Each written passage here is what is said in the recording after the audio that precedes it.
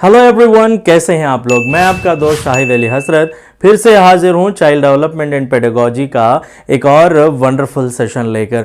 दोस्तों, इस video series में हम बात कर रहे हैं जीन पियाजे की कॉग्निटिव डेवलपमेंट थ्योरी या जीन पियाजे की इदराकी नशोनुमा की थ्योरी पर हम बात कर रहे हैं और बहुत ही तफसील से एक एक स्टेज पर, बेसिक्स पर हमने एक वीडियो बनाया, स्टेजेस पर हमने वीडियो बनाने शुरू किए और इसी तरह हम एक एक स्टेज को इतनी तफसील से, इतनी बारीकी से देख रहे हैं ताकि आपका चाइल्ड डेवलपमेंट एंड पेडागोजी, चाहे वो टेट हो या सीटेट हो, जहां पर भी आप चाइल्ड डेवलपमेंट एंड पेडागोजी लिखें वहां पर हर वो बारीक से बारीक या छोटे से छोटे पॉइंट को हम डिस्कस करेंगे ताकि आपका एक भी मार्क्स मिस ना हो।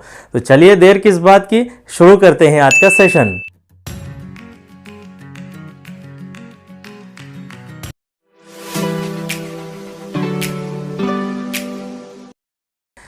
दोस्तों, जैसा कि हमने पिछले सेशन में सेंसरी मोटार स्टेज की हमने बात की थी और याद रखें कि पियाजे की पूरी थ्योरी एज डिपेंडेंट थ्योरी है, उम्र पर मुनहसिर थ्योरी है। तो जैसा कि हमने 0 to 2 ईयर्स हमने सेंसरी मोटार स्टेज के बारे में बात की थी, आज हम बात करने वाले हैं प्री ऑपरेशनल स्टेज यानी 2 to 7 ईयर्स। फर्स्ट हमने देखा 0 to 2 ईयर्स और अब हम देखने जा रहे हैं 2 to 7 ईयर्स यानी प्री ऑपरेशनल स्टेज। जैसा कि इसके नाम में ही एक चीज बता दी गई है, वो है प्री यानी पहले। अकॉर्डिंग टू पियाजे ऑपरेशन के माने हैं लॉजिकल थिंकिंग के। क्या है? लॉजिकल थिंकिंग यानी ये वो स्टेज है जहां लॉजिकल थिंकिंग अभी शुरू नहीं होती है। तो इस स्टेज को दो हिस्सों में तकसीम किया जाता है, दो हिस्सों में हम पढ़ेंगे। तो पहला है प्री कॉन्सेप्चुअल यानी कॉन्सेप्ट्स बनने से पहले का है और दूसरा है इंट्यूटिव स्टेज। ये स्टेज होता है 2 साल से 4 साल तक का और ये होता है 4 से 7 साल तक का ये स्टेज। कॉन्सेप्चुअल यानी कॉन्सेप्ट से पहले और इंट्यूटिव के माने या इंट्यूटिव इसे कहा जाता है कि फितरत के ऐन मुताबिक बच्चे यहां पर फैसले लेते हैं या सोचते हैं। फितरत के ऐन मुताबिक यानी आगे क्या होगा और अगर हम ऐसा करें तो उसके नताइज क्या होंगे, नतीजे क्या होंगे, ये सोचे समझे बिना कोई भी काम कर बैठते हैं 4 to 7 ईयर्स के बीच। तो सबसे पहली चीज जो यहां पे पूछी जा सकती है सवाल बनाकर कि वो ये है कि यहां पे पहला काम क्या होता है, वोकैबुलरी। यहाँ जी हाँ, बच्चे के ज़ख़ीरे अल्फाज या वोकैबुलरी इसकी बनती है और डेवलप होती है।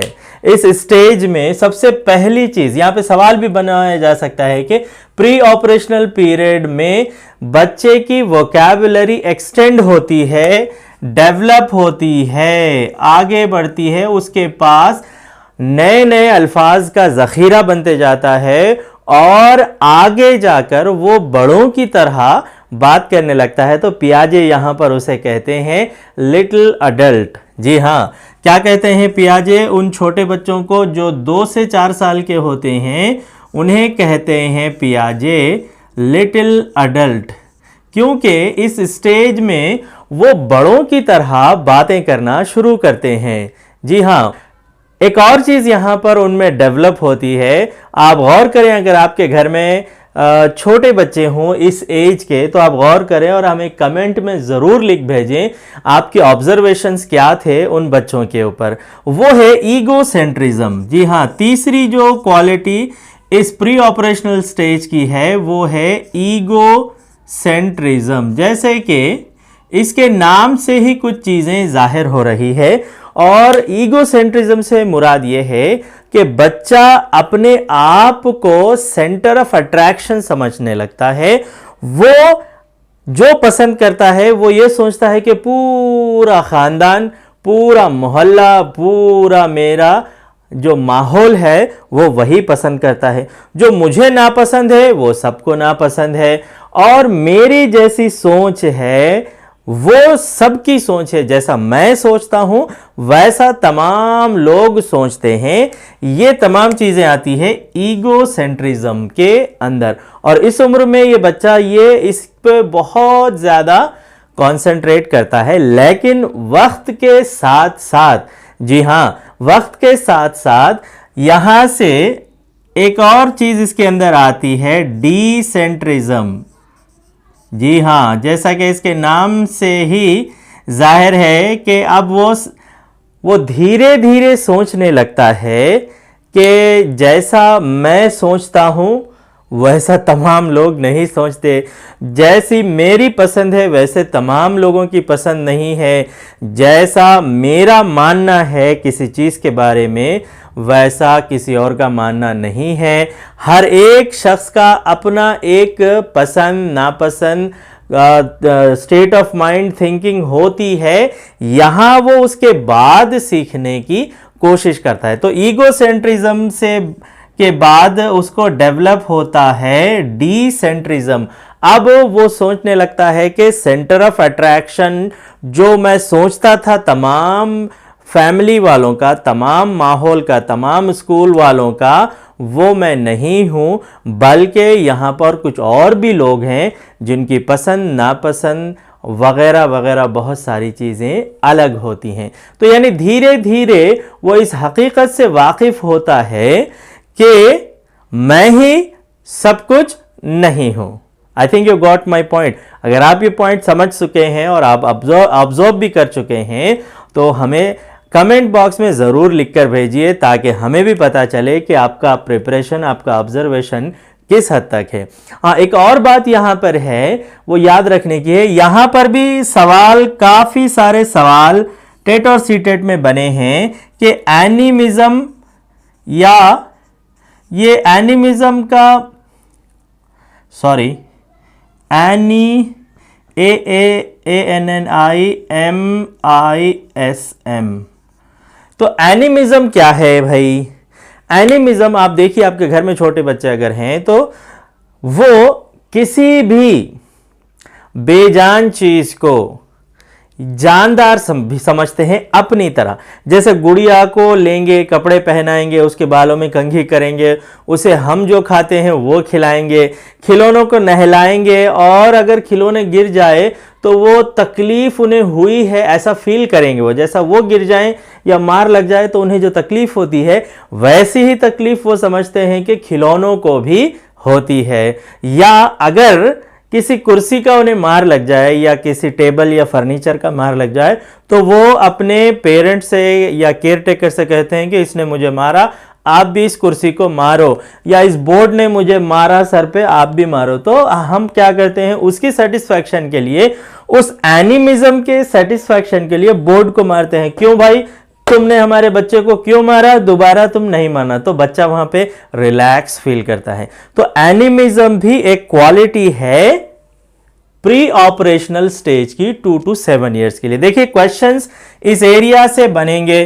कि किस स्टेज में वोकैबुलरी एक्सटेंड होती है, डेवलप होती है। प्री ऑपरेशनल स्टेज, किस स्टेज के बच्चों को लिटिल अडल्ट्स कहा जा सकता है? प्री ऑपरेशनल स्टेज के 2 to 7 ईयर्स के बच्चों को कहा जाता है।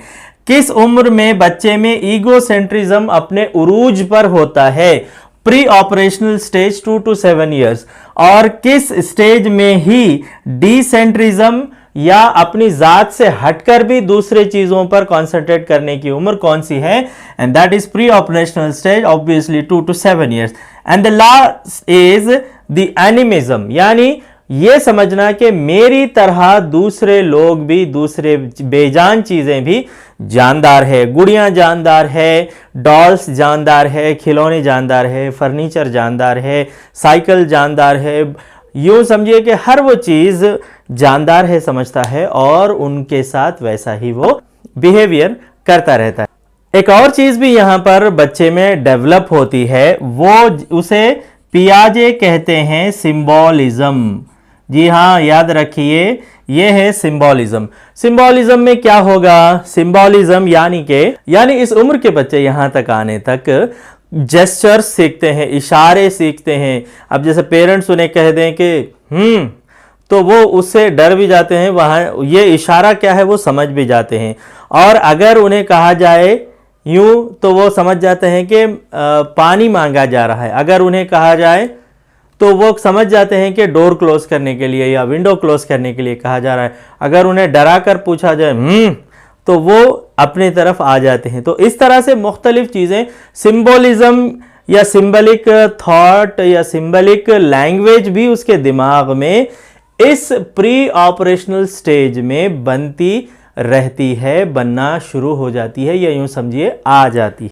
एक और भी चीज यहां पर बच्चों में आती है and that is moral realism. जी हां, मोरल रियलिज्म यानी बच्चे किसी भी चीज के ताल्लुक से फितरी तौर पे उसे हकीकी मान लेते हैं, उसे हकीकी तौर पर जान लेते हैं। और जैसा कि बड़ों में जो फितरत होती है कि अगर हम इस तरह करें तो इसका रेस्पॉन्स क्या आएगा। अगर हम किसी के साथ यानी यूं समझिए कि किसी के साथ बैड लैंग्वेज यूज करें, किसी के साथ बदकलामी करें तो उसका रिएक्शन क्या होगा, रिप्लाई क्या होगा, ये हम सोचते हैं। या अगर हम आगे जा रहे हैं, सामने कुछ गंदगी है तो हम उससे बचकर जाते हैं या उसको डॉज किए बिना नहीं जाते। तो इनमें क्या होता है, या मोरल रियलिज्म होता है, यानी आगे हमारे एक्शन का रिएक्शन क्या होगा ये सोचे बगैर काम करते रहते। और एक अहम चीज यहां पियाजे ने हमें बताई कि इस उम्र के बच्चे रिवर्सिबल थिंकिंग नहीं कर पाते हैं। क्या नहीं कर पाते हैं? 8वां पॉइंट है रिवर्सिबल थिंकिंग। इसे उन्होंने इररिवर्सिबिलिटी भी कहा है। इररिवर्सिबिलिटी भी इसे उन्होंने कहा है। जैसे कि रिवर्सिबल थिंकिंग के तो यहां पर मैं आपको एक बात बताना चाहूंगा कि यहां पर क्या किया था जीन पियाजे ने, अपने बच्चे का हाथ पकड़कर उसे स्कूल लेकर गए थे। जैसे आप मान लीजिए ये घर है, तो घर से निकलकर यहां से उन्होंने उसको स्कूल में, या उन्होंने उसे स्कूल में छोड़ा था। तो घर से स्कूल तक का रास्ता यह है। और जीन पियाजे अपने बच्चे को लेकर घर से स्कूल तक का सफर उन्होंने तय किया और इस तरह से रास्ते में उन्होंने उसे बताया कि ये घर से स्कूल तक का रास्ता है, और बच्चे से कहा कि आप स्कूल से घर वापस चले जाएं। तो बच्चे ने कहा कि मुझे घर से स्कूल का रास्ता तो पता है, लेकिन स्कूल से घर का रास्ता मुझे पता नहीं है, आप ही मुझे ले जाकर छोड़ें। तो यहां पर उन्होंने ये उसूल को बयान किया है अपनी इस थ्योरी में, इस स्टेज में, कि बच्चे रिवर्सिबल थिंकिंग नहीं कर पाते इस स्टेज में। और एक चीज यहां पे मिसाल के तौर पे उन्होंने ये दी कि उसे अगर 2+3 का जवाब भी पता हो, लेकिन अगर उसे वही 3+2 कहा जाए तो वो सोच में पड़ जाता है, यानी रिवर्सिबल थिंकिंग बच्चों में नहीं होती है। ये दूसरी चीज उन्होंने की। और तीसरी चीज उन्होंने फैमिली ट्री उसके सामने रखा। यूं समझिए कि फैमिली ट्री या शिजरा, हमारा खानदानी पूरा का पूरा बैकग्राउंड उसके सामने, और रिश्ते उसे बताए। तो कुछ देर के लिए बच्चा कंफ्यूज हो गया और वो एक्सटेंड होते हुए रिश्तों को समझ ना सका, और वहां से हमारा रिश्ता क्या है, यहां से हमारा रिश्ता उन तक क्या है, इस पर वो रिवर्सिबल थिंकिंग नहीं कर पाए। और भी एक चीज वो यहां पर हाइट या कद समझिए, और वेट या कद या वजन, इनमें भी वो बच्चे फर्क नहीं कर पाए। तो यहां पर भी उन्हें रिवर्सिबल थिंकिंग का, यानी इररिवर्सिबिलिटी इन बच्चों में होती है। इसकी एक और भी मिसाल उन्होंने इस तरीके से एक छोटा सा तजुर्बा उन्होंने कंडक्ट किया था और ये 2 ग्लास लेकर 2 मसावी जसामत वाले, अगर यहाँ कुछ कम ज़्यादा हो जाए तो देख लीजिएगा, इसे समझ जाइएगा कि 2, चलिए थोड़ी सी कोशिश कर लेते हैं मसावी करने की, कि 2 मसावी वॉल्यूम वाले या जो 2 मसावी कैपेसिटी वाले, यूं समझिए, उन्होंने ग्लास लिए और उनको किसी जूस से भर दिया और बताया उन बच्चों को जिन पर ये एक्सपेरिमेंट कर रहे थे कि इन दोनों में क्या बराबर बराबर जूस भरा हुआ है, तो दोनों ने कहा कि हाँ बराबर भरा हुआ है। तो इनमें से एक ग्लास को उन्होंने चौड़े मुंह वाले किसी बीकर में डाल दिया। तो यहां पर इस बीकर में डाल देने के बाद जब उनसे दोबारा पूछा गया कि इस ग्लास में ज्यादा है या इस बर्तन में ज्यादा है, तो बच्चे ने कहा कि इस बर्तन में ज्यादा है क्योंकि वो बड़ा है। तो यहां से उन्होंने ये भी चीज बताई कि बच्चों को इस उम्र में वॉल्यूम काउंट करने में, पैमाइश करने में भी दिक्कतें पेश आती है। तो यहां पर उन्होंने एक बात कही कि children, it means children can think in one direction. तो यहां पे क्या कहा उन्होंने, children can think in one direction. बच्चे एक ही डायरेक्शन में सोचते हैं इस उम्र में। जी हां, इस उम्र में बच्चे एक ही डायरेक्शन में सोचते हैं। और यहां पर उन्होंने बच्चों को एक और भी नाम दिया, इस स्टेज के बच्चों को। उन्होंने इस स्टेज के बच्चों को कहा प्री स्कॉलर्स। याद रखें, प्री स्कॉलर्स कहा है उन्होंने इस उम्र के बच्चों को। हाँ, एक और भी चीज देखिए, बहुत ही दिलचस्प चीज है 10वीं, और ये बहुत ही ऑब्जर्वेशन करने वाली चीज है। यहां से सवालात पूछे गए हैं। अब आप इसको ऑब्जर्व करके देखिए, यकीनन आपको बहुत मजा आएगा। आप इन छोटे बच्चों को देखिए कि ये क्या करते हैं। जब किसी से बात करते हैं 3-4 बच्चे, तो ये किसी की बात नहीं सुनते बल्कि अपनी ही बात कहते रहते हैं, किसी दूसरे की बात पे कंसंट्रेशन नहीं करते हैं। और दूर से तो ऐसा लगता है कि वो 4 बच्चे मिलकर बात कर रहे हैं, लेकिन वो अपनी बात खत्म करने तक दूसरे की बात न सुनते हैं, तब दूसरा शुरू हो जाता है, उस तरह तीसरा। तो ये लोग कलेक्टिव मोनोलॉग्स, इसे क्या कहा जाता है, कलेक्टिव मोनोलॉग्स कहा पियाजे ने इसे। यानी बहुत सारा कलेक्शन है डायलॉग्स का, कलेक्टिव मोनोलॉग्स। तो ये कलेक्टिव मोनोलॉग्स क्यों होता है भाई? जैसा कि हमने पहले कहा था कि बच्चा अपनी बात यूं समझता है कि I am the centre of attraction, मैं ही सेंटर ऑफ अट्रैक्शन हूँ, मेरी ही चीज़ें सब लोग सुनते हैं, मैं जो कहता हूँ वो तमाम लोग वही वैसा ही सोचते हैं। तो लिहाजा क्यों हुआ ये हुआ ईगो सेंट्रिज्म से और बाद में डिसेंट्रेशन। तो ये कलेक्टिव मोनोलॉग जो है बच्चों के ऐसे मीनिंगफुल या मीनिंगलेस डायलॉग्स हैं जो अपने पीयर ग्रुप में वो बोलते रहते हैं, लेकिन दूसरों का सुनते नहीं हैं। That's all. तो यहां पे देखिए ये 10 पॉइंट्स है जो काफी अहम है, और ये पूरे के पूरे 10 पॉइंट्स ही से आपको क्वेश्चंस पूछे जाते हैं। जैसा कि हमने अभी तक यहाँ पर मोरल रियलिज्म तक देखा था, रिवर्सिबल थिंकिंग भी हमने यहाँ पे बात की। ये काफ़ी अहम एरिया है, यहाँ से हमेशा सवालात पूछे गए हैं। और ये थ्योरी के इख्तिताम पे आपको पीडीएफ में मैं नोट्स भी व्हाट्सएप और टेलीग्राम के ग्रुप्स में मैं शेयर कर दूंगा, और वहाँ उसके बाद हम एक सरप्राइज टेस्ट भी लेंगे इसका। तो आप याद रखिए ये 10 पॉइंट्स काफ़ी अहमियत के हामिल हैं।